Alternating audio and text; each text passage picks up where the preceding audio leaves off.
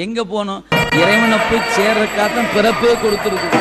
இந்த சட்டை வழங்கப்பட்டதே உங்களுடைய அறியாமையை நீக்கி அறிவை வளர்த்து கொண்டு இந்த அறிவுக்கு காரணமானவன் இறைவன் என்று சரணாகதி அடைவதற்கு தான் பிறப்பு கொடுத்திருக்கிறார்.